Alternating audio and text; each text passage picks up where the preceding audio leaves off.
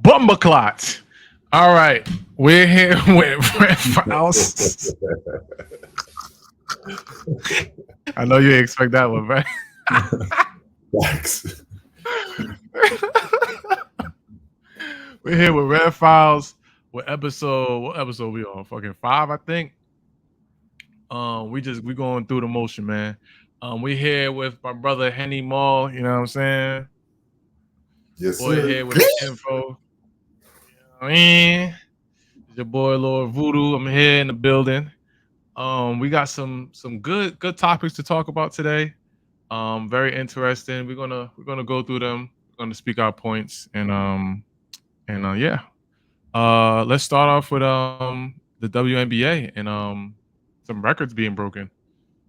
Angela Reese and Caitlin Clark broke some records. Caitlin Clark recently broke a triple double record. If you can inform me on what that was, Maul. Let's talk about it. Yeah. Caitlin Clark, man. Sure. Caitlin Clark has become officially the first woman in the WNBA as a rookie to achieve a triple double in a game that was a statement game as well. They played against the New York Liberty. New York Liberty overall record 17-3, probably one of the best teams in the WNBA right now.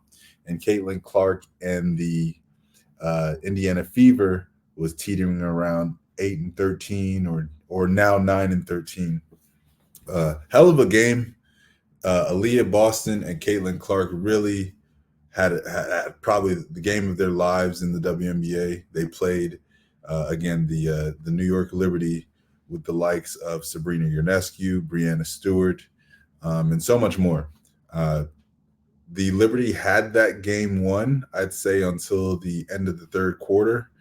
And the Fever came back and really, really, really fought hard to win that game, which ended up leading to Caitlin Clark's first triple double in the WNBA. And that's a nod to her because that was the first time a rookie has ever achieved a stat line like that. So kudos to her. Crazy. Kudos to the win for the against the Liberty. Was there I don't got no clapping thing. petty stuff after the game? Yeah, I mean, some trash talk after the game. That's just what it was. Hell yeah, Um, hell yeah. Talk you your know that. shit, man. Who was Right, talking right. shit? Who was talking shit? Man, shout out to Sabrina Ionescu, man. She was talking like a vet with some hair on her chest. I know I can't Feel say me? that for women, but you know what I'm saying. If you get what I'm saying, I believe she was asked about the game itself and how she felt about the loss towards Caitlin Clark. Mind you, they've played each other several times this year, and the Liberty has come out victorious. But I think she said, this was their Super Bowl because they are just not in terms of skill Oh, she and popping record shit. wise. Yeah, not in terms of skill and record wise. They're not matched up to the Liberty at all. So she threw a shot, man. She said this was the Fever's Super Bowl. So why not? Damn. Nah, she said it was their Super Bowl, bro. That's Super crazy. Bowl. That's crazy. Yeah, man. Hey, But hey. I mean, hey, the Fever, man. How y'all feel about them talking to y'all? Like they saying y'all like peons, bro. Y'all just like I was doing too much. Like yeah, what's I funny? I think what's going to end up happening with the Indiana Fever is much like the NBA game. They're going to notice that coach cannot handle the limelight and cannot handle players like Caitlin Clark and like Aaliyah Boston. You've seen it on numerous occasions this year. Caitlin Clark has gotten very feisty, even though she's been the forefront of what media is talking about. She ain't backing down from these vets either. Oh She's no, no, getting no, no. She definitely on some shit. she's getting in people's faces. She Yeah, is for sure. talking her talk, and I Oh yeah. just don't think, unfortunately, I don't think the coach of the Indiana Fever can can I don't know. I don't want to say lead that locker room, Mm-hmm. but what she's doing as a coach is not constituting, uh, not contributing to wins, I would say. And when you have somebody like Caitlin Clark on your team and Aaliyah Boston on your team, you're one player away from being a very, very good team. And Christy Sides, the coach of the Indiana Fever, I don't know if it's looking up for her. She might get another year or so, but I do think that with the height of the game right now, and with the I want to say like the exposure surrounding her team, I don't know how much she's gonna how long she's gonna last, man. Hey, look, this would sound like fire her ass, man. Hey, you did a good job. Yeah. Nobody knew who you was. You know what I'm saying? But I mean, okay, let me ask you a question. This might be her saving grace. Yeah. Did she go after Caitlin Clark? Does she go after her? Yeah, like did she like was she the one who picked up Caitlin Clark? Like that was her? I think they were just the one who got the number one pick. Caitlin Clark was gonna go number one either way, you know. Okay. So you say they were the team that was the worst in the league last year, and they got the number one pick. So they didn't make no savvy draft moves, you saying, in the last couple of years. Then they ain't really make no moves to really get better. They just got a good hand and a good player that could market them a certain way. But I mean, over the last 2 years, they've had the number one pick. So when you're looking at it, like over the past 2 years, damn, and they do shit with it. What the hell? Oh yeah. No, last year they was able to get Aaliyah Boston with the number one pick. And this year they were able to get Caitlin Clark again with the number one pick, but that just shows that they are still ending the season as the worst team. That's crazy. Yeah, you might have to get rid of the coach, and you might have to get rid of the GM. You might have to get rid of the GM. As crazy as it sounds, you might have to make a stretch to do something like that, bro. It's just as crazy as it sounds. That's what you're gonna have to do. You're gonna have to make a power move either way. If say you was the owner, right? Are you finding or scouting for a coach that can get Aaliyah Boston, and is that her name, if I'm saying it correctly? Aaliyah Boston, yes. Yeah, Aaliyah Boston and Caitlin Clark that can like play together, like maximize both of them being on the court together. Are they because it looks like they don't have the right lineup to maximize for either of them. Like they're just all playing ball. Like, you know what I'm saying? Like it's looking like they remind me of the Phoenix Suns. Like they just got like scores. It's funny that you say that, but I do want to ask you when you're comparing them to the Phoenix Suns, what Phoenix team are you comparing them to? Because they remind me of, I wouldn't say the Phoenix Suns now because of the talent. Not now. But yeah, I'm gonna let you go ahead. Go ahead and say what you were gonna say, so I could respond. No. I was saying, you asked me what version. I want to say Steve Nash, bro. Like it's not kind of like sounds like it's too easy of a layup, but if you just think about it, right? Like, they can have a lineup like that version, because the Steve Nash would be Caitlin Clark, right? She, you know what I'm saying? Like she's running around doing whatever the hell she's doing. You got the you know what I'm saying? So go ahead, expound on that, because I know you know more about that. No, 100%. I was gonna say that they need to run the triangle offense. Right. They need to run the triangle offense. They need to have perfect for that.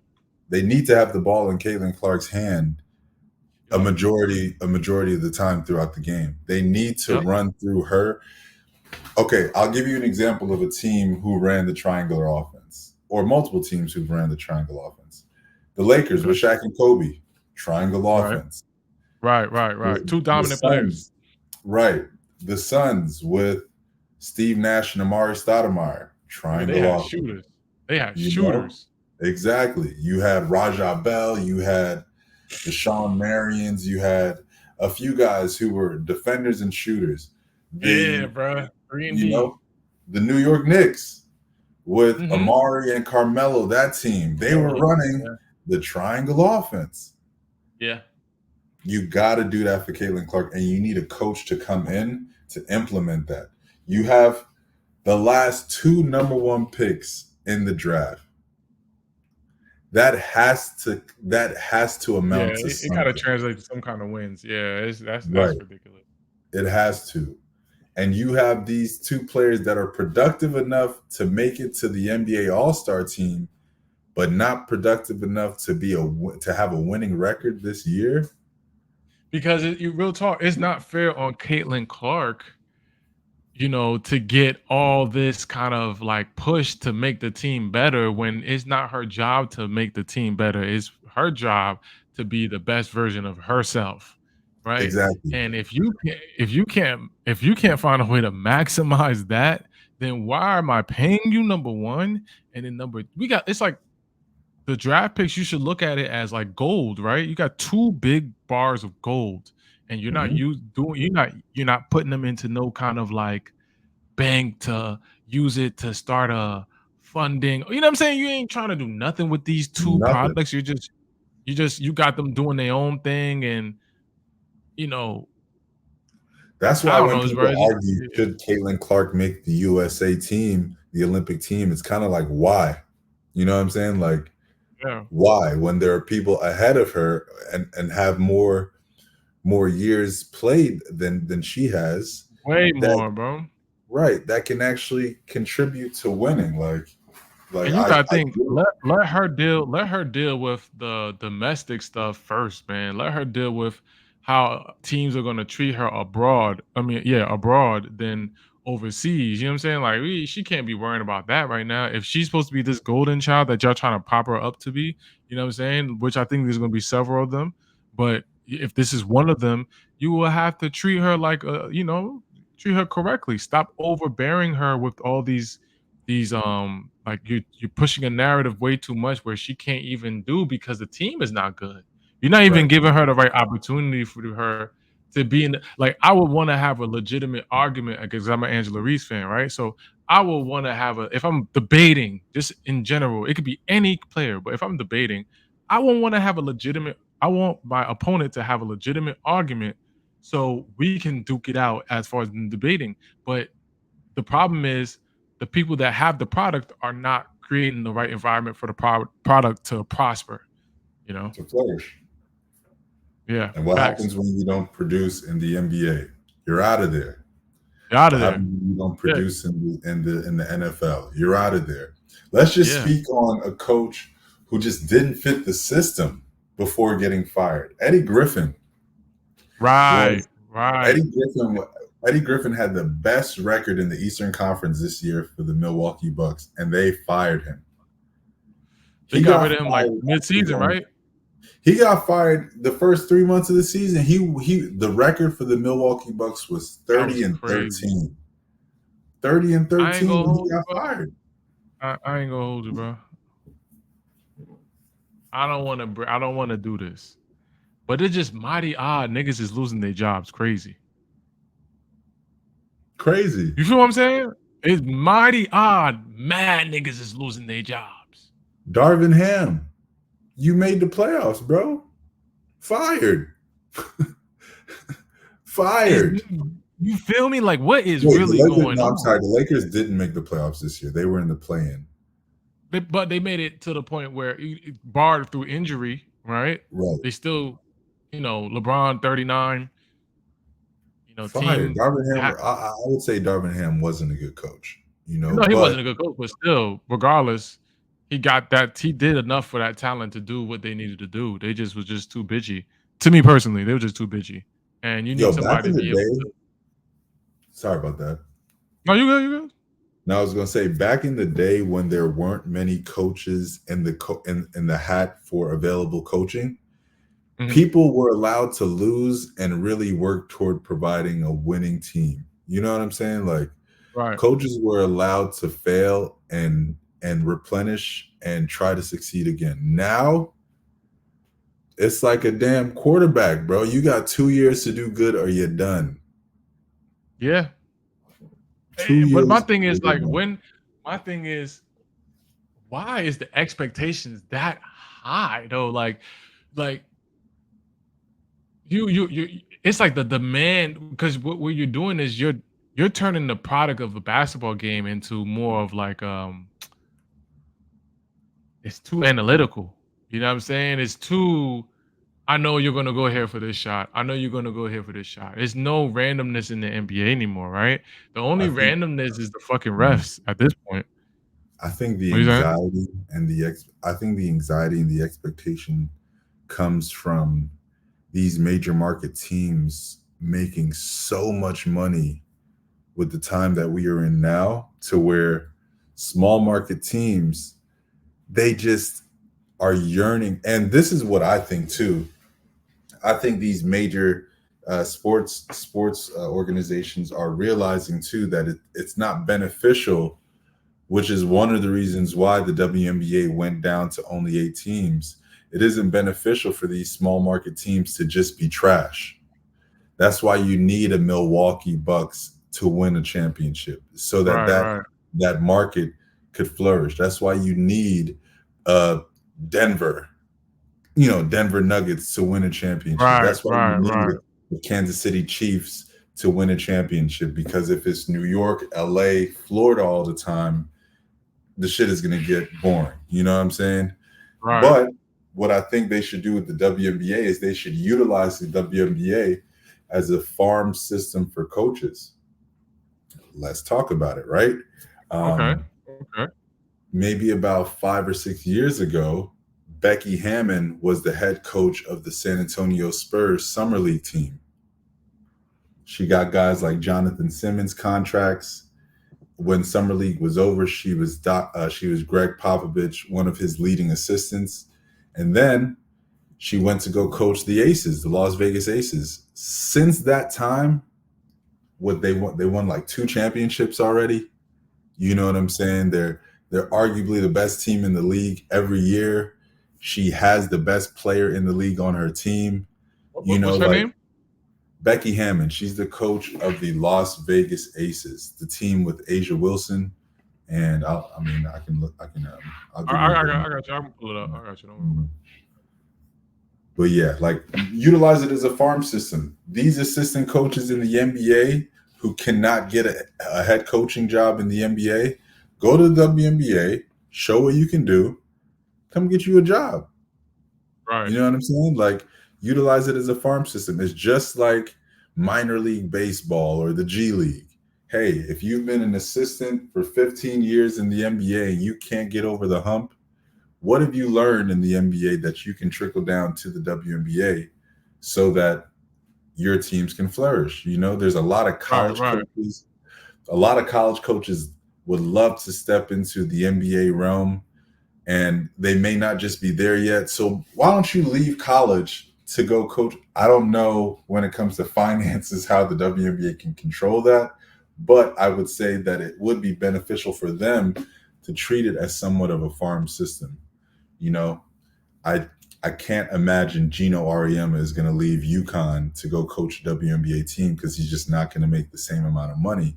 But Mm, maybe his assistant, maybe Gino Auriemma's assistant, who wanted to be a head coach for such a long time, is ready to make that leap to WNBA. Like, these are things that they kind of need to structure out, because what's happening is these coaches of these WNBA teams, some of them have had their jobs for such a long time. It's up to them to say, "Hey, I'm done coaching." You know what it's I'm kind of saying? that's kind of crazy, but there should be a Yeah. limit on how long you're a coach for a certain team. Even though you're getting wins, I feel like you have to like give people the opportunity to, like I don't know. There's just something wrong with They're that still shit. figuring things. They're still figuring things out. And with all due respect, there is a lot of things that needed to change in the WNBA that's still changing. That's playing a part in viewership now. Um, and I'm trying to say this with as much grace as possible, but there are some things that still need to change, unfortunately. And you can see now that they have fans gravitating towards them a bit more, as they are selling sex appeal.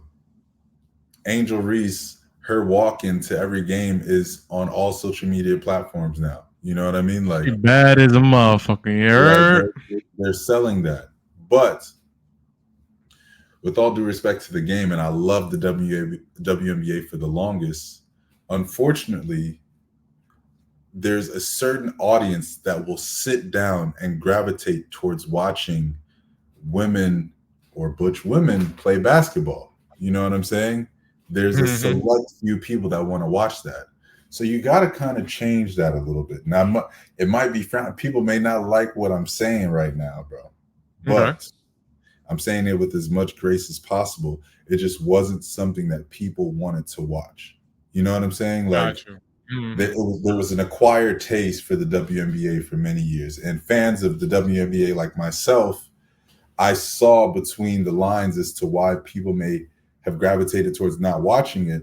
I just like basketball, but Right. it's hard to get everybody to gravitate towards watching basketball that isn't as well rounded as the WNBA, as well rounded as the NBA, I should say, isn't Right. as flashy as the NBA, and you know, a lot of guys that don't know basketball or just aren't good. They aren't going to sit down and watch, you know, girls who like girls play basketball, who Right, right, dress like. right, right. Yeah, you got to make it. You know, At the end of the day, there are a lot of males that entertain the viewership of these sports. right. Regardless of what anybody says, a lot of males watch these sports, mainly. So a lot of men are gonna watch the sports, or certain things. Just like back Unfortunately, then, that's just the time that we're in right now, man. yeah, Unfortunately, it's just you know it's what I'm saying? yeah. I know a lot of women are spending money into this thing, but there's other things that have women as attention. So WNBA is not something that the first thing they think of, and it's okay. You know what I mean? They're not thinking of not all of them. I'm not gonna categorize every single woman, but Right, you right, know, right. Exactly. Definitely don't want but to do like that. but vice versa. If it was a male, you know what I'm saying? Um, a lot of men, if they're watching, if females that will watch males, they're gonna have to show a little arm, a little physique, a little muscle in the shoulder. You know what I'm saying? Of A little, course, of course, you know what I of course. mean? The Yeah, shorts a little tight. You know what I mean? right, You know what I right, mean? The glutes is probably showing. Girls like stuff like that. right, Pause type right, shit. You know what I mean? But they like that stuff, so they don't mind. Oh my gosh, look at Odell Beckham. You know what I mean? So right. vice versa, it's on both ends. The appeal Yeah, of the opposite is on both ends, and that's the majority, right? We're going to keep it being that's the majority. So the minority will be the same, you know, couples and or right. like of a kind of rough kind of look. It's like we don't want to see somebody in like a baggy jeans and some rough, just looking crazy, man. Look like you know what I'm saying. We You don't. know, It's not appealing too much. Uh, it just doesn't draw in that much nah, attention. You know what I'm nah. saying? Like now they are selling the, oh, I'm a pretty girl and I could play basketball. Angel Reese is selling that to Right, little right, girls. right, Now little right. girls who have who have You could say idolized what Nicki a Minaj. princess mentality, but she got sneakers on. You know what I mean? Shit Right, like that. right. It's no different from Nicki Minaj pulling in a crazy fan base, Yeah, regardless of what her yeah. content is. You know what I mean? Right, Like, right. People, she's, dudes still listen to her. Yeah, whatever she right, rap about, dudes still listen to her. Facts. right. And she's Right. selling the whole Barbie thing. So, yeah, as much as we Hmm. know Nicki Minaj is lyrical, these little girls know Nicki Minaj as Nicki Minaj is now a brand. To hell with whatever she's recording now. People No, just she's know yeah, a Nicki whole Minaj. brand. She don't need to make You music no know? more. She could just do whatever she wanted to do, bro. She's a Exactly, whole brand. exactly. But she was able to pull in audience from everywhere. You get what I'm saying? Mhm, Like mhm. before Angel Reese and Caitlin Clark, there was about maybe 5 names of WNBA players that were household names, maybe less than that. Okay. You know what I mean? Like I'm saying names to you, and you're like, "Who is this?" No, Right. I don't know obviously, like shit. that's just how it is now. Like now we have Yeah, there's household a names. lot going on. Right. Let's Mhm, build on this. You know what I'm saying? And mhm. Angel Reese, as much as people don't want to say this, she is 10 times more marketable than Caitlin Clark is. 10 times. Bro, I don't even wanna tell you, Like, I'm not even about to give up the jewels because how much I like really like, you know what I'm saying? Like, I don't know, but she just look good as hell. You feel me, bro? Like, Wow. Hey man, and she's good at hoop, man. So shit, kudos to her. And again, no disrespect to anybody, but with my most recent points, I just think that there's an approach that the WNBA has to take that's flourishing for them now. They got to continue with that. You know what I mean? Like now we're seeing these girls walking to the game like how we see NBA players walking to the game in their fly outfits and stuff yeah, like they got their that. fits, word. They got their Now we're fits, seeing word. that I more. like that. I Now like we're that. seeing them Yeah. walk through the tunnel. Now we're seeing post-game press conferences more frequently. Right. Now we're seeing these things, and you got to run with it. You got to. The youth is the future, man. The youth is the future. That should be the title of this. Youth is the future. Yeah. Okay, so moving on from WNBA, was there anything else you wanted to get into the WNBA with? Any random stuff? No, there's a few people that you should be on the lookout for in the WNBA. I know that the team WNBA versus the USA team is going to be a highlight of the summer. People are going to want to see them play. And there's a few notable WNBA players who I would say should be somebody you should keep an eye on. She talks heavy heat, and she's been balling all year. Kalia Cooper for the Phoenix Mercury. Kalia Cooper. Yes, out of Rutgers. She is she has been balling all year, and she's been backing it up with a ton of talk. So that's somebody I'm going to want to see play against the likes of Caitlin Clark, and against the likes of the international, the international competition too. But it's going to be fun, man. Is Rutgers in Jersey? Rutgers is definitely in Jersey, man. Jersey. Yeah, big shout out to Jersey, man. Big Jersey. Yeah. Okay, man. Appreciate that news, man. Hold on. Mm-hmm.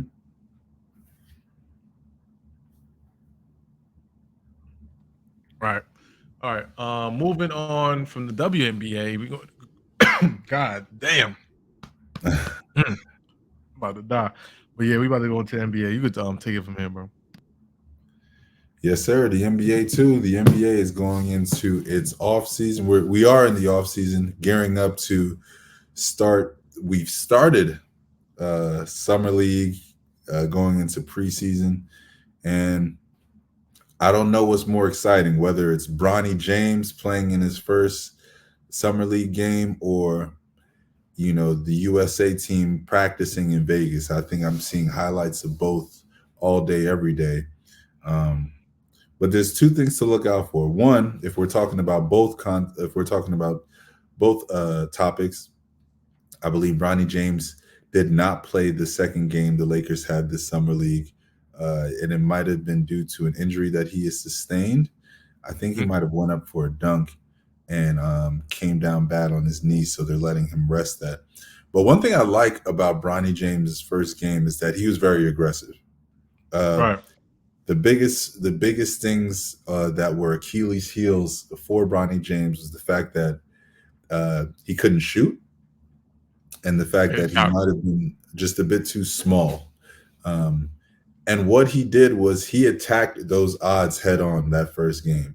He played 22 minutes, ended up with 4 points. But what I really liked is that he went 2 for 9. It sounds bad that he went 2 for 9. But the fact that he was aggressive enough to shoot 9 shots. Right. Kudos to Bronny James, man. He was aggressive. And you're not going to miss you're not going to miss that many shots all the time. You get what I'm saying? So kudos to him for being aggressive. What this injury might lead to, I don't know, because he did not play the second game. But defensively, he was very sound.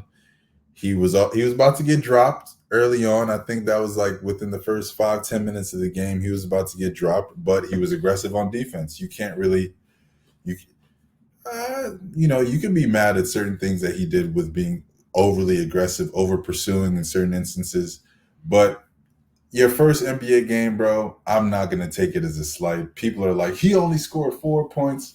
The kid was aggressive. The game was very sloppy if you saw that game.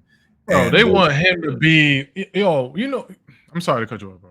yeah, go ahead. Bro, you know what the problem is, man? These jackasses, bro, they want people to be super elite. They want them to knock some superficial 30 points, 360 in the air, dunk, hand in between the legs. You know what it is? It's become video game culture. Mm-hmm. They have taken sports in general and turn it into video game culture. I don't want to spend too much time on this, but they take like the players and thinking that, bro, Bronny, you have to let him develop. And then the same people that have talked shit, they have no humility for themselves or anybody else, because you don't even play sports to that degree to even get to that level. Have you worked hard enough to even get there with the kind of veracity that y'all are having, speaking on some of these people like that? You know what I'm saying? Like, they haven't even what have you done in life that you can just speak like that? Like, you just spew that kind of stuff. And it's got to be like this new generation thing where they just feel comfortable just doing whatever they want to do because there's no repercussion. And it's like, bruh, you just make yourselves look like y'all, you just make everything look crazy. Like you look like bots.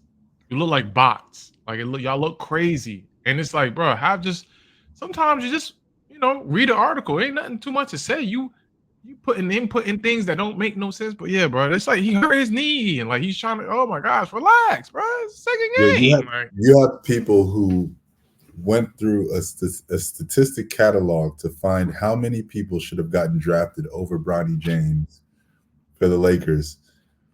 Why look through that?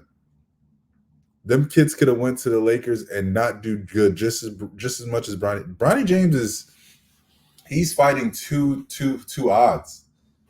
He has to be good for the sake of people talking, and then he has to be good for the sake of making the NBA. You know what I'm saying? So like, every player isn't fighting this odd. I would say one thing that his dad has done, which is unfair to many, is LeBron has farly exceeded any expectations that anybody has. Yeah, it's crazy. Yeah, he's not going to never. Come on, it's not fair. In my opinion, they want him to be LeBron 6.0, not even 0.5. They want him to be 6.0. Right. The kid is 6'2". They want him to like look like one of the Monstars from Space Jam, bro. They want him to be like one of them niggas. It's crazy. How? Like, how is that even possible? Crazy. What are we talking about? It's crazy, to say the least. They demand too much out of him. Like, bro, think about this. Y'all were so worried about the draft this year. Okay, why wasn't y'all worried last year about the draft? Who did y'all pick up? Right. If it was such a big thing, the 55th pick was, right, if I'm not mistaken, the 55th. You couldn't tell me that the guy that the Lakers drafted last year is even in the league right now.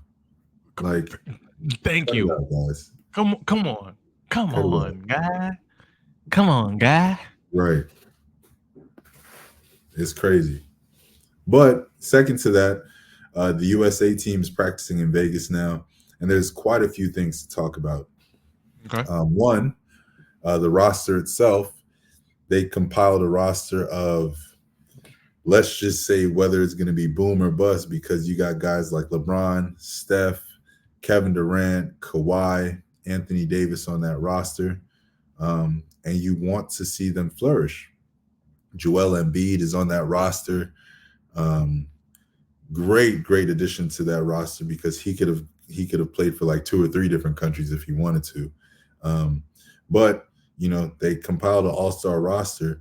But the biggest thing that I've seen out of all of the news coming from, their practices and whatnot, they won against the USA Select team, which is just a bunch of role players and college guys, and they even had a high school kid on their team.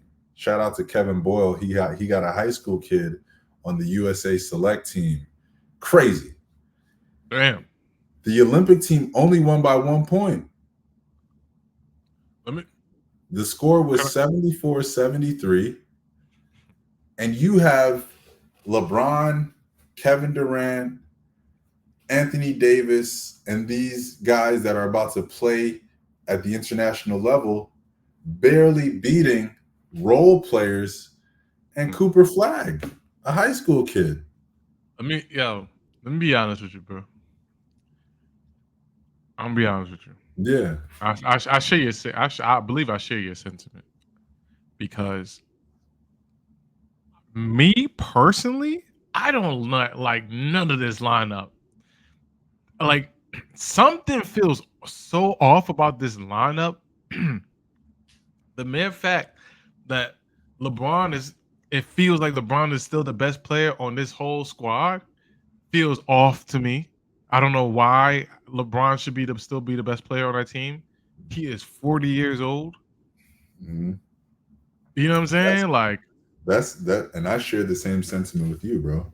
That's going to be their downfall. The fact that they are going into this having to start LeBron because this is supposed to be a redeem kind of savior team might just set them back.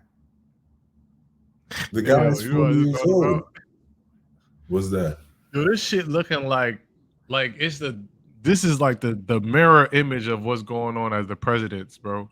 You feel me? It's just like a lot of old shit going on. It's like, let us phase out, and like, first and foremost, they're gonna start LeBron, KD, and Steph just because of the names in general, right? I'm gonna pray for Brian. I hope he don't have no heart attack, bro. Then you're gonna have to start a big man, whether it's Embiid or AD, and I think they're gonna go with AD because of his relationship with LeBron, right? And then you're gonna probably start Kawhi. Nah, fuck that. I'm getting AD off the bench, nigga. I would say the same thing. Damn. I would say the same thing, but this is just me speaking hypothetical. I got you. What's your hypothetical? Got you. Right.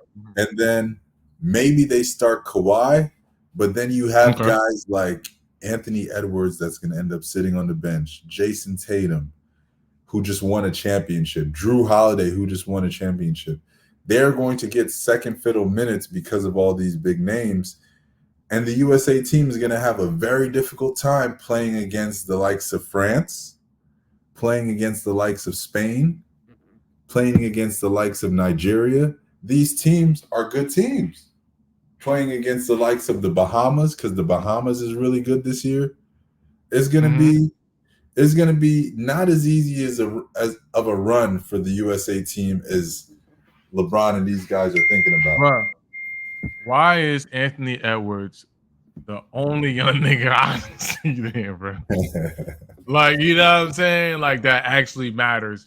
And me personally, I don't even want to see him there because of how hard he was playing in the last couple of games. So I don't want him to suffer through, any injuries. I want him to be okay.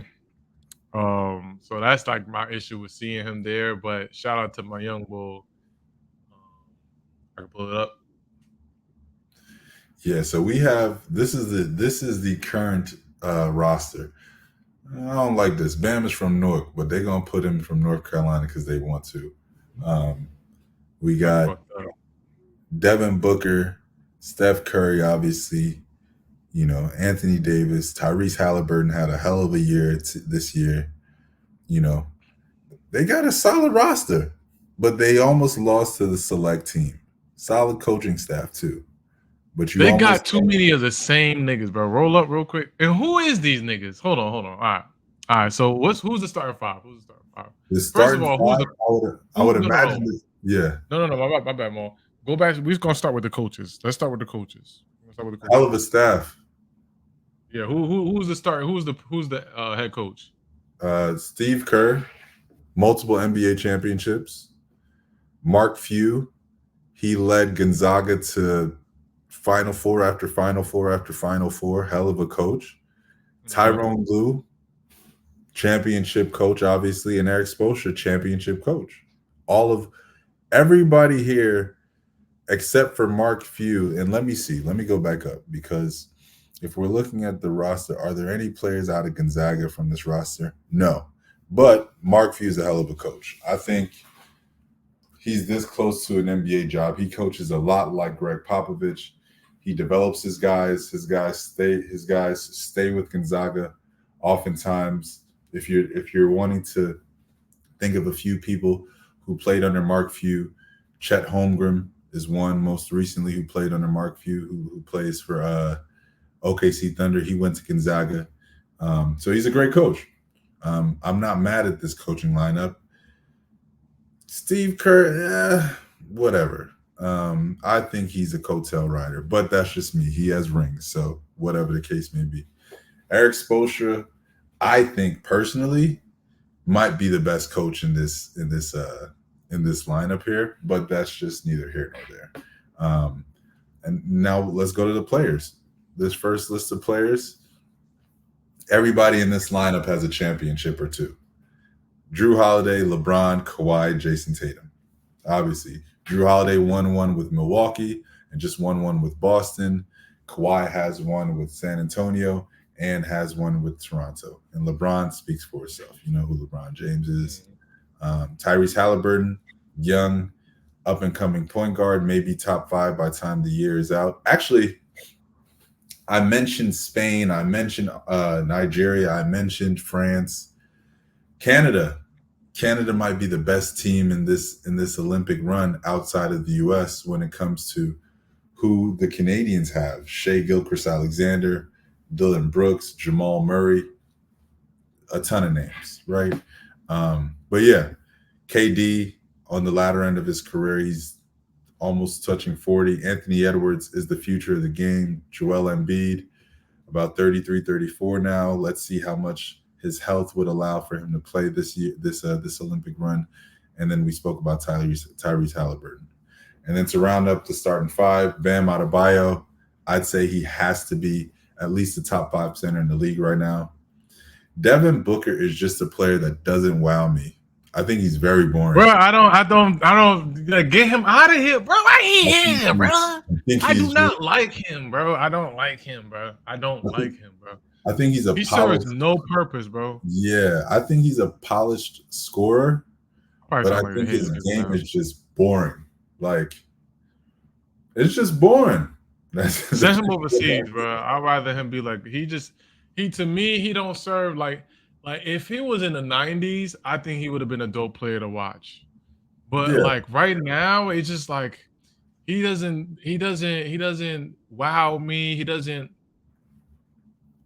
do anything for his team to win for real. Like I'll be quite honest. I don't know why Jaylen Brown isn't on the team and Devin Booker is. I was just thinking that. In my opinion, I was just thinking that.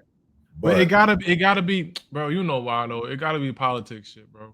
It gotta be. These are the most conference MVP and Finals MVP. Like, and he's still he got more juice in the tank, bro. Like, for the politics, yeah. Like, what the hell? Yeah, you know what I'm saying? I think where Kyrie at? Like, they take Devin Booker off, put Kyrie here. I'm good. Yeah. I don't know what Devin Booker is going to bring to that team, to be honest with you. He's going to slow the game down. Yeah, because he has to get his shots. Right. He needs to be in a half-court style offense, but whatever. He's young, so you want to bring youth to the team. You know, you got Steph Curry. Steph Curry is Steph Curry, obviously the best shooter to ever live. And then Anthony Davis, the walking toothpick. He falls, you touch him. Yeah, just keep him on the bench, bro. Keep him on the bench. You know, you don't listen. I'd rather if Joel Embiid foul. Okay, bring out the glass guy. He's here. He's good for 10 minutes, man. We're gonna get a power boost for 10 minutes. So we're gonna go crazy. Joel Embiid, you go lay the fuck down. You shut the fuck up. And you don't eat shit. You know what I'm saying? And he just Right. chilling for 10 minutes. AD probably doing whatever the fuck he doing. And then you take him out, bring back Joel Embiid. Oh, I'm back. Yes, USA. You know what I'm saying? Come back and he just go crazy again. That's it. Do not start Anthony Davis. I don't give a fuck what LeBron's saying. Do not start Anthony Davis. I am a LeBron fan. I speak for LeBron. Do not start Anthony Davis. Right. It's just too much of a risk, man. Too much of a It risk. is, bro. I'm not starting him. I'll start Bam over him, bro. Mm-hmm. I'll start Bam over him. And I think AD is a great player. If he especially you want him as fresh as possible. If he's in the fourth quarter and you could just bring him back in off the bench. Oh my gosh, bro. Right. You saving him from injury and you're giving him enough time to score and know what he wants to do on the court, where he can attack at, because he's watching the game from the outside looking in. And You know that's what I'm why I'm saying? nervous So about, that's why I'm nervous about Steve Kerr as the coach, because I just think he is a player's coach and LeBron is going to run shit. nah. The reason why I don't think so, I'm telling you, the two niggas that's gonna balance that out, you got. And it's funny that they two different of people of color is Frank. What's his name? Spoelstra and my boy Tyron Tyloo. Tyronn Lue. Yeah, they're not gonna let that rock. They're not gonna let Bron do all that. They're not gonna let that rock. Both of them. They're not gonna let it rock. We'll just have to see. Yeah. They really got Devin Booker over Kyrie. Smack the shit out of whoever made this shit. Or put Jaylen Brown here. Yeah, I think Jaylen Brown is well deserving of that spot. I get Bam being here because Bam is going to definitely carry you through a lot of the tough wins and the rough games. Bam is definitely there for that, man. But to have Steph out there and you don't have Kyrie, because my thing is, but then I get Devin Booker if I don't play, say Steph on the bench, right, and Devin Booker, because what's the starting five? Did they say who the starting five is? They have not announced it yet, but I would imagine Steph. I'm just putting Steph. Yeah, tell me what your starting five is. I would say my starting five, with consideration of them automatically putting LeBron, KD, and Steph in there. I'd then start Kawhi, and I would start maybe Bam or Joel. AD and Joel is kind of like they're both injury prone. So what's your starting five? Say again. I would go with LeBron, KD, Steph Curry, and then I would go with Kawhi Leonard and Bam Adebayo. That's my starting five. That's a good lineup. I like that lineup. Right. You got Steph.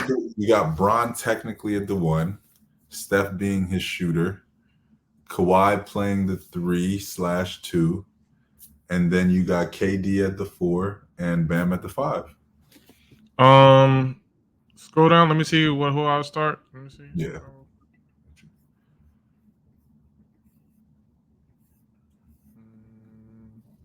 Okay. I would start. I wanted to say Jason Tatum, but it's just hard to fit him in a lineup with guys that'll add similar components to the game. Yeah, no. I could tell you will be I could tell you will be a good start. Like first game starters. This is what I'll do. I will start Jason Tatum, right? Mm-hmm. Kawhi Leonard. Scroll up. Joel Embiid. This is without the LeBron thing. Yeah. Joel Embiid. That's 3. Kevin Durant, 4. And I would go with Steph Curry at 5. Yeah. So what I'm saying is, all right, so look at this, right? So Steph Curry is the scorer, right? He's the one that's he's the one that's gonna be running around doing all this stuff, right? And scroll down. Steph's gonna be running around. Then I said Joel Embiid, right? You got Joel Embiid in the paint because he used to sit his fat ass in the paint. He'll definitely sit his fat ass in the paint. Whereas in KD, he plays offense and defense. You feel me? He plays offense and defense. So you're gonna have him. He could be in the inside or outside. You know what I'm saying? He could create a lot of offense. Scroll down. Um, and who I said Jason Tatum, and I said who I said Kawhi, right? Mm-hmm. Yeah. So and Jason Tatum and Kawhi, they can complement each other because they're not selfish. They're not selfish with each other. So the ball is going to move around way more with these two. It might stick with Kawhi a little bit more, but he will be decisive in what he will make. I would start it with them first. And then my backups would be LeBron for Kawhi. I'll bring in LeBron, right? For Jason Tatum, I bring in Drew Holiday. Scroll up. For Joel Embiid, I'll bring in Anthony Davis. No. Yeah, we're gonna need more offense. Anthony Davis. Let's see. We got Braun cut to the paint. We don't need to paint the clog up. So he's gonna move in and out.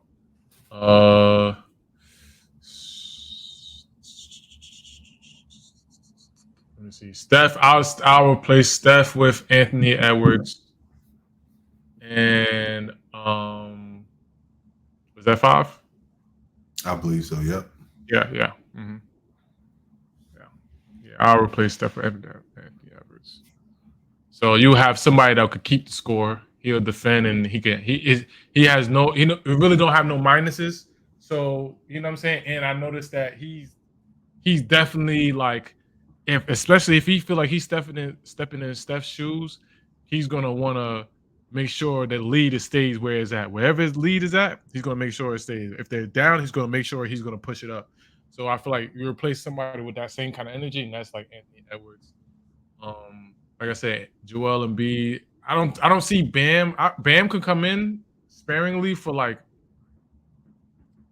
depending on what kind of game it is. If it's a game you want to come back and you need to play more defense, then I bring Bam because he could play inside and mid, and he could defend the one a little bit really.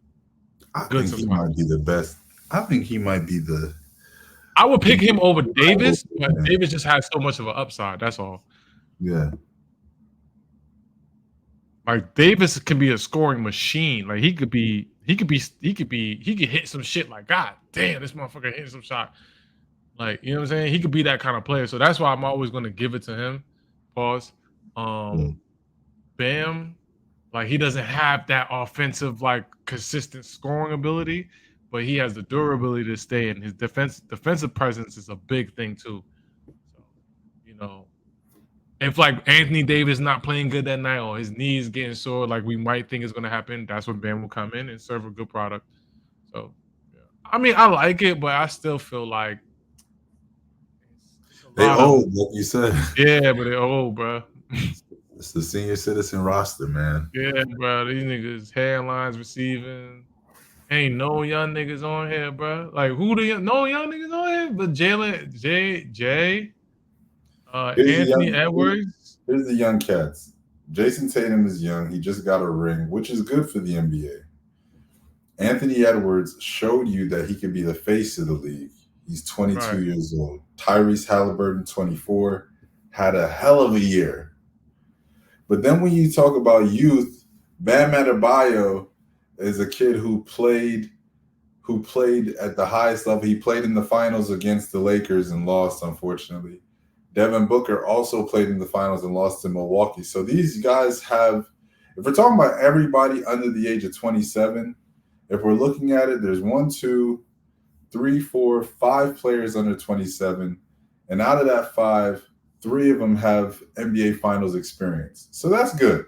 You know, like you've played at the highest level when it comes to the stage that you're expected to play on. So, you know, cool. Next episode, what we're going to do is we're going to speak on the comp.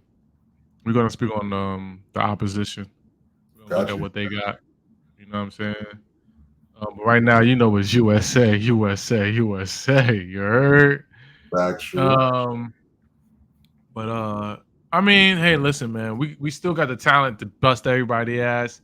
It's just hopefully everybody just do their job, try to stay injury free. and keep the bickering to a professional level. I just feel like somebody gonna fuck that shit up. I don't know who it is. Somebody in there gonna fuck it up. Somebody. I don't know who it is, man. One of y'all Mhm. motherfuckers gonna fuck it up. But yeah, man. And let's move straight on to boxing. Boxing. Boxing. Boxing. Let's see if you can pull up some of the stuff that was on the Yep. card.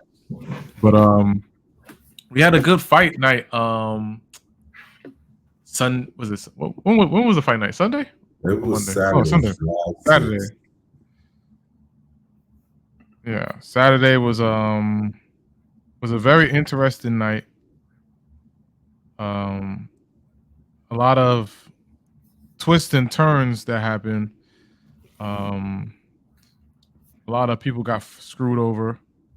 Ridiculous. Like it was like that shit was kind of crazy. Um, yeah, it was kind of crazy how corrupt boxing is becoming. Um, they're letting a lot of wild shit go on in boxing. It's like, who is the head person to this shit? Because what the hell is going on? Right, right. I'm looking for like the full fight card to see if there was any Right. prelim fights. Hold on.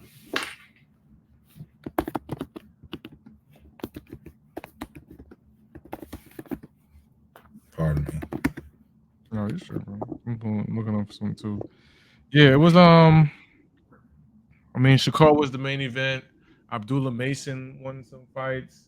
I don't know how many people were fighting on that card. Can't remember all y'all names. Um, Abdullah Mason fought the 36-year-old, twice his age. He did really well. yeah, he killed that nigga. Keyshawn Davis had a really good fight, beat the dude up really well. Conseco and Foster was a real iffy one because I thought Conseco lost that fight, in my opinion. That was But it. Canseco against who? Foster, Conseco against Foster. If I'm going to try to go down to seeing if I could find that fight, but That was they're not giving me the full fight card. 7-6, right? That was the fight before Shakur's. But you see it here. Shaq Foster versus Robson Canseco. That was for the WBC junior light heavyweight title. And Shaq Foster did a number on Robson Canseco. And for him to lose that fight by decision was something that shocked everybody. That fight was probably, when I say the most polished of the night, Foster controlled the entire fight. I don't know how he lost the fight, but he controlled the entire fight. Right. The most entertaining fight of the night was Keyshawn Davis versus Miguel Mandino or Madiano. I'm sorry about that. Miguel Madiano. Keyshawn Davis beat him up. It was just a beat up. And the Mason fight, he tossed Luis LeBron all around the ring. I think he was half of. Yo, I seen that dude named LeBron. I was like, huh? I was like, Yeah. LeBron. But he was half of Abdullah Mason's age. And bro went to work. He went to work. He killed that dude. What's up with them fighting some old ass dudes, bro? It's just like I'm just so. I know it's that pattern. They all done it, bro. It's that pattern. They all done it. Yeah, and top rank, they're known for just facts doing that, beating up old niggas. Yeah. No, but I would say, bro, if I'm talking about, if I want to put a highlight on anything, Abdullah Mason is it. No, I'm telling you, bro. He gonna be the one, bro. But I see his whole. I see his holes in how he boxes though. But it's just he gonna definitely no hating. Where is he from? Is he from Philly? I'm not sure where he's from, to be honest with you. He's from Ohio. Really? Wow. Okay. He's from Ohio. Yeah, because I was looking at his fighting style. I was like, where is he from? Like, his fighting style is very. It's similar. It's similar to Tank, bro. He's aggressive, and he knocks. He give me more Roy Jones, bro. Well, I'm saying he's more exciting. He's flashy, like Tank. Oh, he's about as entertainment. Right. Yeah, he's very entertaining. A very entertaining power boxer because of his power.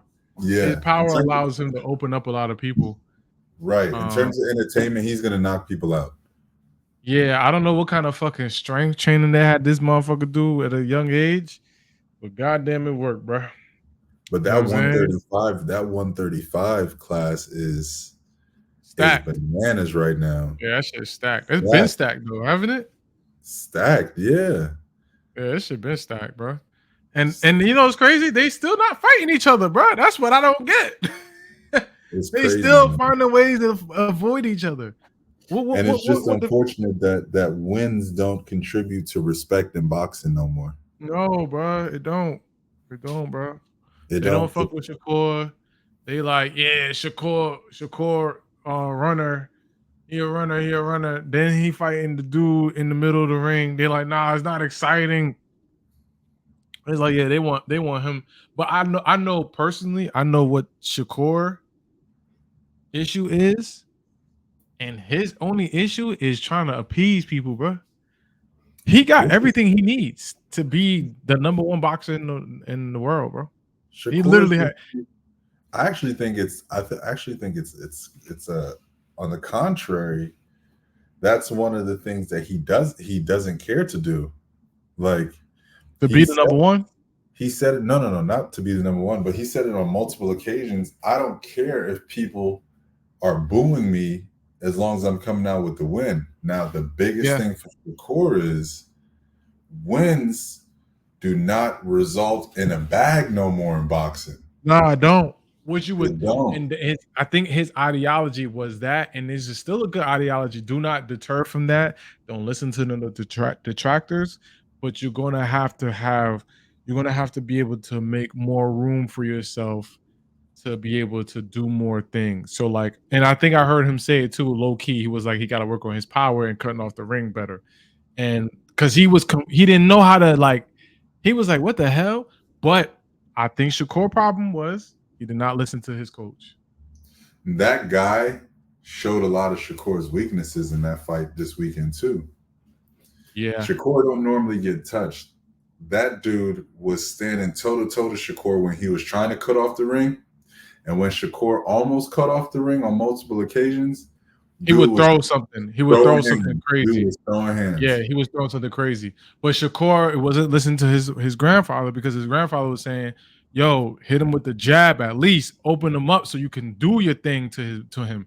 You going for you listening to too many niggas saying that you got to look like Tank. So you trying to fake implement this into your fighting thing. You don't need to, bro. So you're better than Tank. This is what I heard from a boxing fan after the fight. Okay. He needed to knock this guy out to fight Tank. Nah, what? Bro. That sounds stupid, bro. Like, y'all might as well say he got to kill the next person he fight to get a good. Yeah, that sounds crazy. He got to knock somebody out.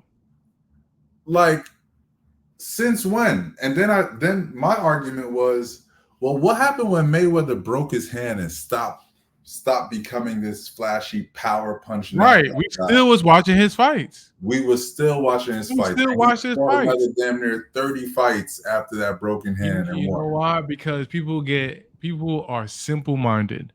They get in the hoo-ha. Oh, yeah. Oh, man. Because watch this. It was a boring fight between Gervonta and Frank Martin until he knocked him out. He was getting tagged up in that face. His face turning all hot red. Mm-hmm. He getting tagged. People wasn't saying losing. that. He was losing rounds. But you know what it was? He just waiting for that left. He's waiting for that left. I'm telling you, let him come. Yo. This is the simple-minded boxing fan. I'm telling you, bro, it's gonna come. The hook is gonna hit him, bro. You know what happened to Frank Martin? Frank Martin not a smart boxer. That's number one. He's not a smart boxer. And he didn't realize. I looked like it's funny. The fight with Frank Martin is so funny because Frank Martin was winning the fight, but it looked like as he was fighting more and more rounds, he was more scared of what Tank was about to do. He started worrying about what Tank was going to do instead of worrying about what he was going to do. He sat on the damn ropes the last 2 rounds of that fight. He just started rolling on the ropes because he got tired. He was getting tired. He wasn't pressing Tank. He was moving backwards, he was trying to fend Tank off. Bro, you're expending energy fending this guy off. When this guy is comfortable at this weight class, no. You have to just outright fight him. You're not supposed to just diddly daddle with him and this, then the third, because he can go all 12 rounds with the same power because you're not doing nothing to take away his power. Right. You know what I'm saying? You're just keeping him away and he's trying to get the points. You think, listen, bro. Frank Martin problem was he wasn't going to the body with what's name. He was just tagging him in the face. He kept hitting him in the face. One thing about Tank, he's going to take a punch. Right. Tank is going to take a punch, bro. He's going to take a couple punches. He takes those. You know what I'm saying? He might get rocked, but he's going to take them. He's going to take the punches. It's the same thing Bud does. He sacrifices a punch to make sure that I can land something on you that's going to hurt you even more because I know you're tired. I seen a meme of Bud and Bud's son and the dude right behind Bud. I think it was Shakur's promoter. They were sleeping, bro. No. I seen that video. It was a video, bro, and then they screenshot it when they screenshot it once they closed their eyes. Yeah, bro, that was fucked up, bro. I seen the video, bro. It's a whole video, and them niggas is like, in the right moment when they both like close their eyes at the same time. You know what I'm saying? It looked crazy, like it's like funny. And nasty, bro. And then you got no PR for yourself to where you're like, don't be a Ryan Garcia and just spit out whatever you want to on Twitter. He was on some who paid the fans to leave Newark, bro. You got people that's coming to see you that don't know nothing about boxing, bro. It might be a true narrative. It might be a true narrative. I don't think it's a narrative you want to use. It's not a narrative. I don't think it's true. Here's what I think, though, and correct me if you feel like I'm completely wrong. Okay.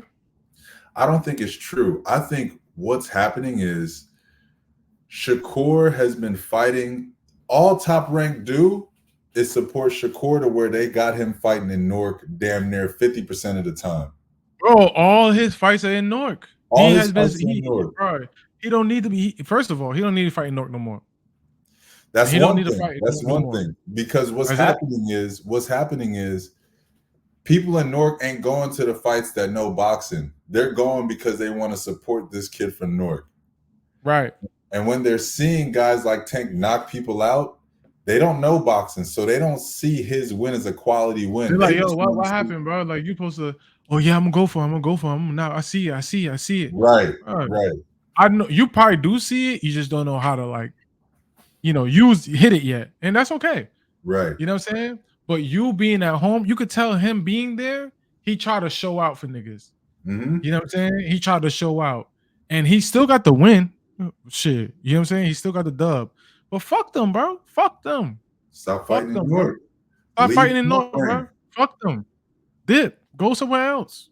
For real. You know what I'm saying? Go to a spot that love boxing, but don't get enough big boxing fans. Big boxing names over there. They'll support you. Your whole camp is in Houston, bro. Yeah. Come on, bro. Fight in Houston.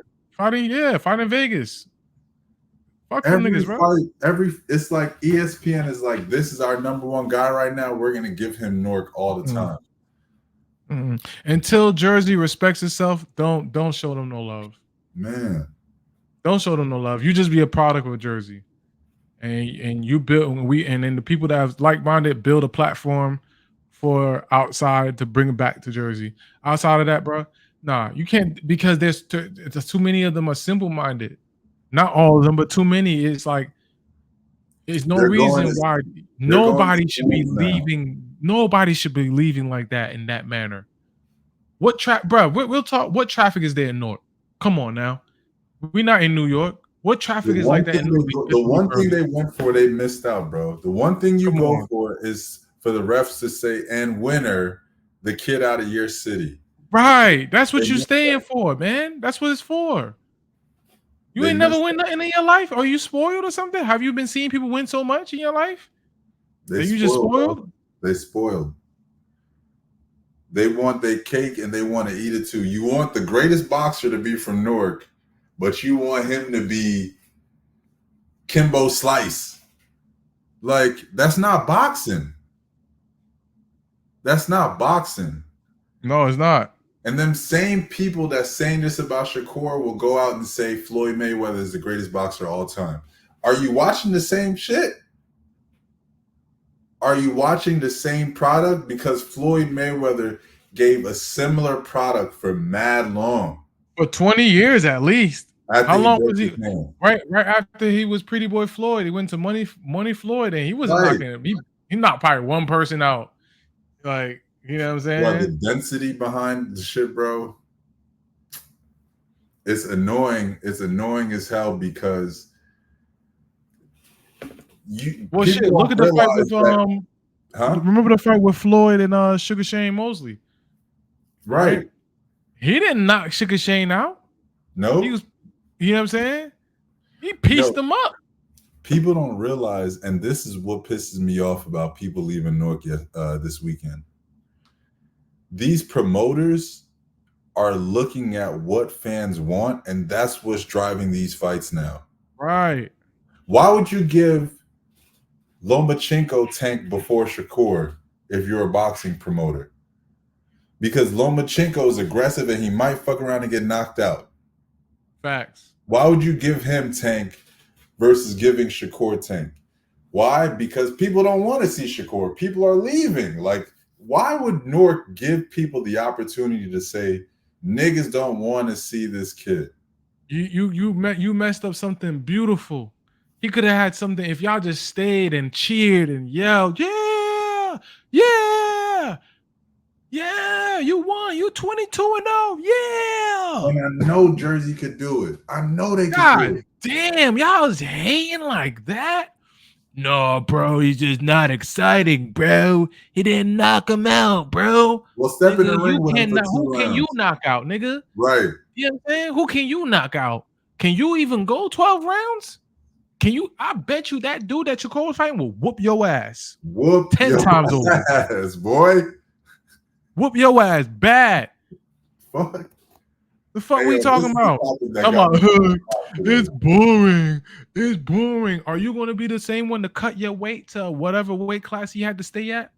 Are you going to be on a strict regimen? Be disciplined? Are you going to be able to do that? Because he ain't knocking somebody out like the next man?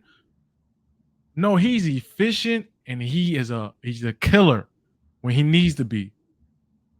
He's 22-0. He's undefeated. And he's from Jersey. Support that. Don't worry about what else. If he knock a nigga out, he's knocking a nigga out. The main thing is he's winning. What you mad at? It's the crab in a bucket mentality. That is crazy. The kid lost in the Olympics, got a silver medal, and Newark gave him a parade.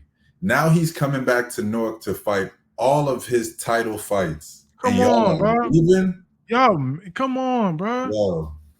That's crazy to me. Like, I can understand criticism. Yeah. Shakur, he had an opportunity to, turn it on and he didn't do it, blah, blah. But come to find out, Shakur hurt his hands.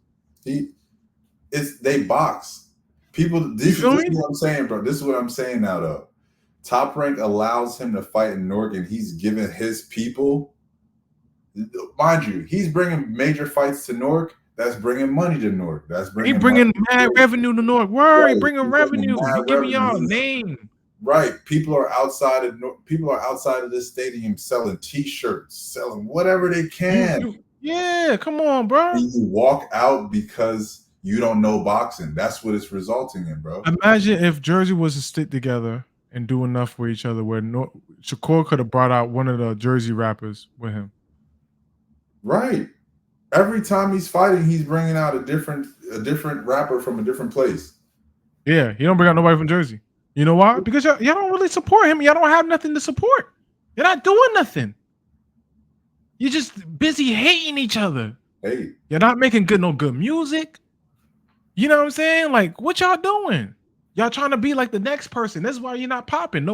Everybody confused Jersey with New York.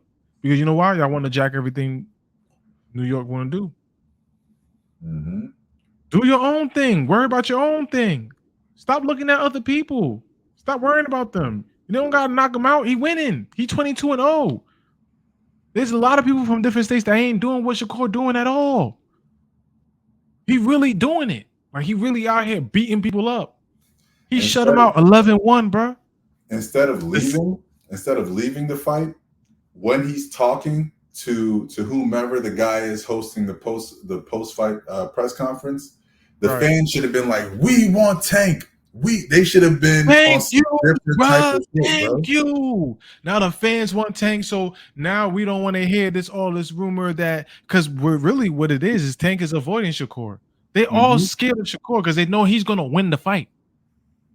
So they start using accusations. Oh, he's just gonna run. Oh, I could beat him. So set it up then. Shakurski's like, yo, set it up, bro. Why you keep talking like you could beat me? Then set it up. You talking? If you want to fight, we'll fight. There's no ands, if, or buts. You saying I'm ass. You saying you said I'm a runner. Then you said I'm boring. So whoop this running boring nigga ass up. Come on, it's easy money, right? It's gonna go two different ways now. They know because they know better. They know. So they trying to trick niggas. They trying to trick everybody. Oh, no, he's not good. He not good. He's not good enough to watch. Now they're trying to use the school. He's not good enough to watch, bro. He's not. They're playing the boring card. Yeah, they're playing. Yeah, you a bitch ass nigga because you don't want to see him win.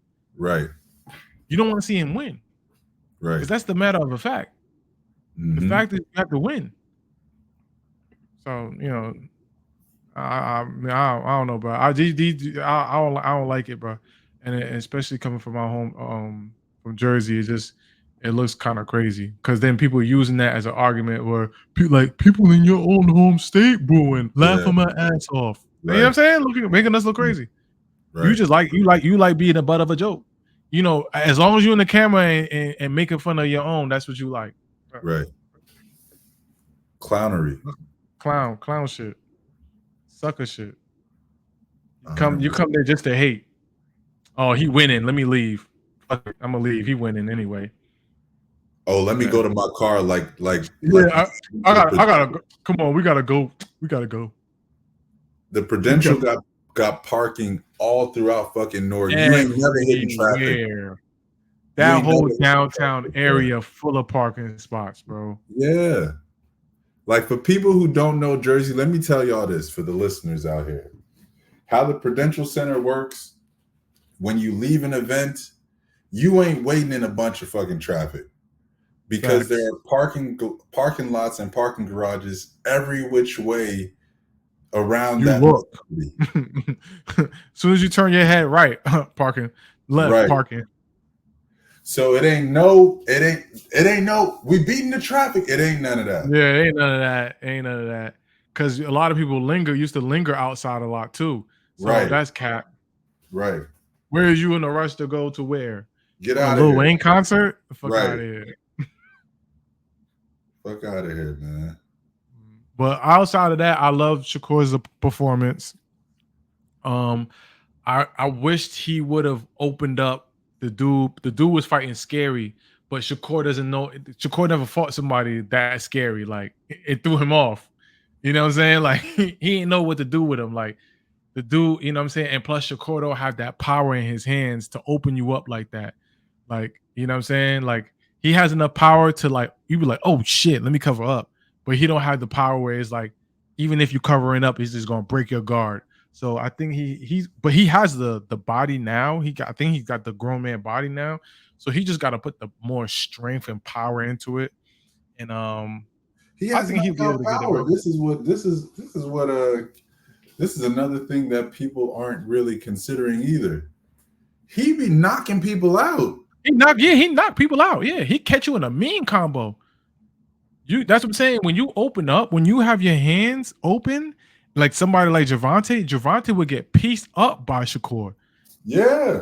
If you think about this, if Frank Martin was to be able to land red marks on Javante, I don't want to hear excuses. No, he did that. He planned it. He was setting it all up.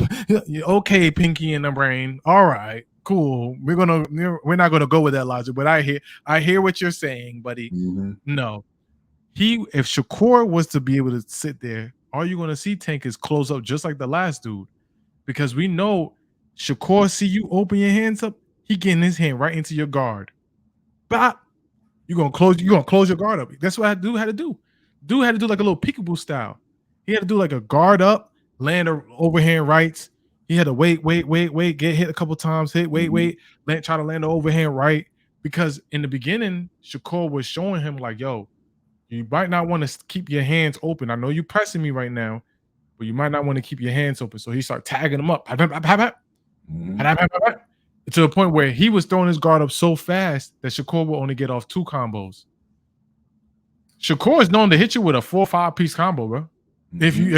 If you keep your hands open, he hitting you with a 5 piece combo, and that's what normally will put you down. So he has power in his punches. It's just that he don't have that right hand power to move your guard away. Like he has to hit you in successions. Like it has to be like a, boom, boom, boom, boom, boom, boom, boom, boom, boom, boom. Like he has to do that. But this fight was good for him. He's gonna learn how to open you up now. So when y'all fight him, the fight is gonna be just like Terrence Crawford. When Terrence Crawford finally got a hold of Errol Spence, when Errol Spence was saying the same thing about Terrence Crawford, he was boring. He ain't really got nothing going on. They were doing the same thing to Terrence Crawford. Mm-hmm. And what happened to Terrence Crawford? He was under Top Rank. Yep. And he was able to be friends. He was just good enough friends with Errol Spence to finally get that card. And that's why you have to thank guys like Errol Spence. Errol Spence ain't scary, but guys are going to look at Errol Spence like, damn, look at what Terrence Crawford did to him. He washed, he this, he that. Errol Spence. Y'all could say that same thing, but y'all ain't going to fight Terrence Crawford, though. Nobody will fight Terrence Crawford. Ain't the one to fuck with right now either. You know what I'm saying?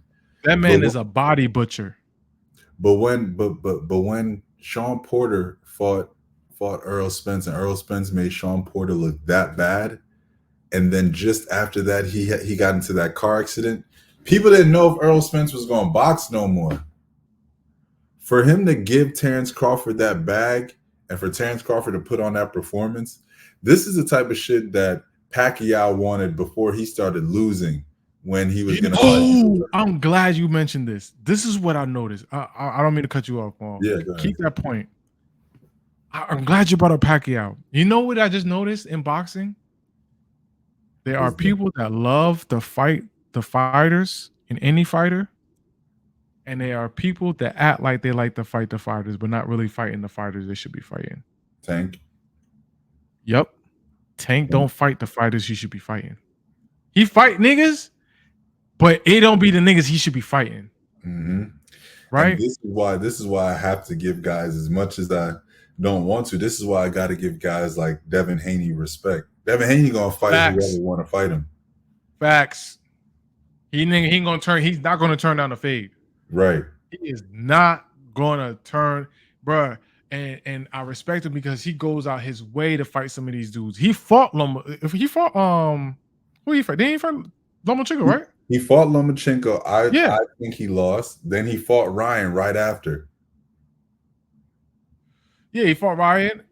And I think Devin Haney won that fight against Lomachenko slightly. The only reason why I say he won it, because he was landing way more. But Lomachenko was landing the most noticeable ones. Mm-hmm. But I won't get mad when people feel like Haney lost, because I don't feel like Haney did enough to say that, yo, he really won.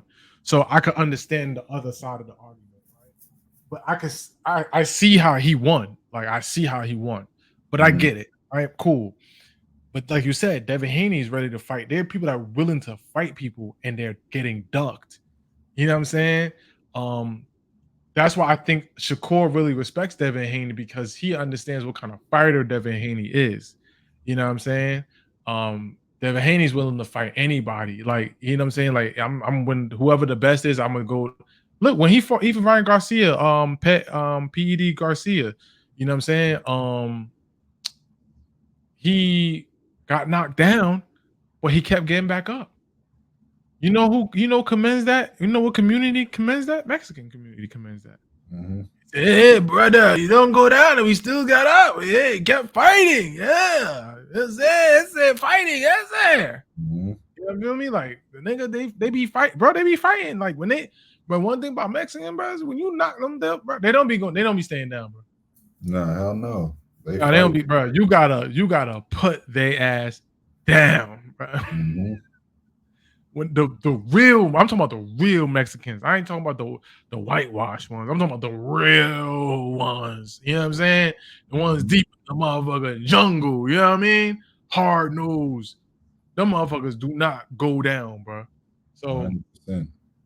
I respect that shit, and that's why people don't really respect PED Garcia like that. Like the Mexican community, like the real ones, they don't fuck with him like that because when he got hit with that rib shot, yeah, bro, you're not going down by a rib shot. You're gonna go down dying like fucking Creed, nigga. You know what's That's a tank rib shot though. That's a tank rib shot. You going down by a tank. I'm going down by a tank rib shot for sure. I'm not staying down. He didn't want to get knocked out. You seen his body that fight, bro? Bro looked 10 times. He looked 20 times lighter. Who fault is that? Hey, who signed the deal? Hey, you know what I'm saying? Right. He knew what he was getting himself into. He can't use them excuses. He wanted the money. He wanted the fame. He wanted the clout. All right, this is what it comes with. You ready? Set, go. Boop, boop, boop.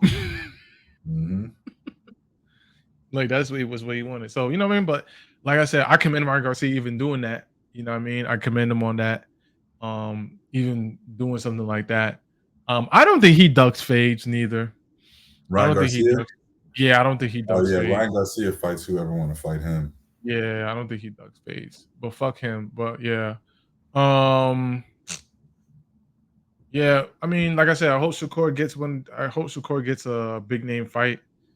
And because it's just people just scared of him, bro. Every time they fight him, they get scared of him, bro. They get scary, man. He be tearing you up, bro. He know how to chop you down. They were so overcritical about him, bro. I seen a tweet, when Shakur be landing shots, he got this thing where he be opening his mouth like he be amazed at what he be doing. Oh my God. Folks, have something else to talk about. Oh my God. I'm gonna find the tweet and I'm gonna send it to you when I get a chance. Crazy. And I said, are you serious? Are you really serious right now? This gotta be the most fairy ass generation we've been ever. I thought when they used to the other generation used to make fun of our generation, like y'all soft. I thought we were soft. No. What y'all be bitching about be the wildest shit. Mm-hmm. Y'all bitch about the wildest shit, bro. You saying, because he fascinated about how he just hit you with a 2-piece and you didn't even see it coming? You mad because I made a face that I like that? I like my punches. I don't want to wait for the crowd to tell me that that was nice. I know that was nice. Right. They be smiling. Yeah, he be like, you mad? Give him somebody to fight then. Give him somebody worth fighting then. This shit is easy. Word. It's tell niggas stop ducking him. Word. Oh no. Oh, he's gonna run. Well, find somebody that's gonna chase him. Oh, you know who's a good ring cutoff person? Y'all want to say Tank, right? Tank could cut it off, right? Tank gonna be the one. Yeah, Tank gonna knock him out. Okay, set it up. Tell Tank to set it up. What are we talking about? If y'all think let's bet money, let's put the money down. You know what I'm saying? Y'all like to bet. What happened? Y'all not betting no more? Now y'all don't want to bet. crazy, but yeah, let's call these frauds out, man. We're gonna end that pod on that one note, man. Get these frauds out of here, man. Bozos, Fraudulent. haters, Fraudulent. bums. Never Crazy. accomplish nothing in life. Just be hating the hate. Bum. Mm-hmm. Stop being a hater. Be a congratulator. Ain't nothing wrong with that. You ain't losing no stain. Mm-hmm. You know? But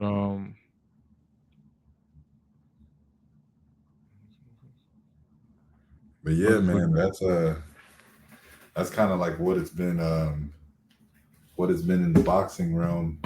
And I feel like I'm about to start boycotting boxing until they give Shakur a big fight. That's what I'm about to start fucking around doing. nah, Dr. Umar funny as hell. Dr. Umar, somebody text Dr. Umar, right? It was like at 10:52 p.m. Person was like, "Where the damn school at, nigga?" And Dr. Umar was like, "These nuts." No way. Where is that school at though, bruh? Bro, been fixing just the gym, bro. Niggas ain't see nothing else. Niggas trying to hoop, bro. Ain't nobody trying to go in that class now, bro. Trying to hoop, nigga. It's like, nah. No, I think it's almost done. I think he said by the wintertime it should be fully finished. I think they're doing the painting, if I'm not mistaken. They got the water in there and everything.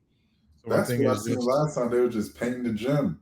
yeah. So I think that's for the summer activity stuff, and then I think officially they open up. He said in the winter. I believe that was the last thing I remember. I think he said this on Joe Budden's podcast. It might have been Joe Budden's podcast. It was a really good podcast. But yeah, man. We're gonna end the Red Files off of that, man. We had a really good episode. I appreciate you. It was a long episode, but man, we went in though. So hope y'all appreciate our talking points. You probably could use it in y'all debates. Y'all have with whoever. You know what I'm saying? We appreciate y'all tuning in. You know what I mean? We're gonna keep growing this thing. It's gonna be even bigger. We'll keep it a bean. We ain't gonna sugarcoat nothing. But we ain't gonna disrespect nobody. You feel me? Can't do it. But yeah, man. Peace, man. Red Files out, man. Out.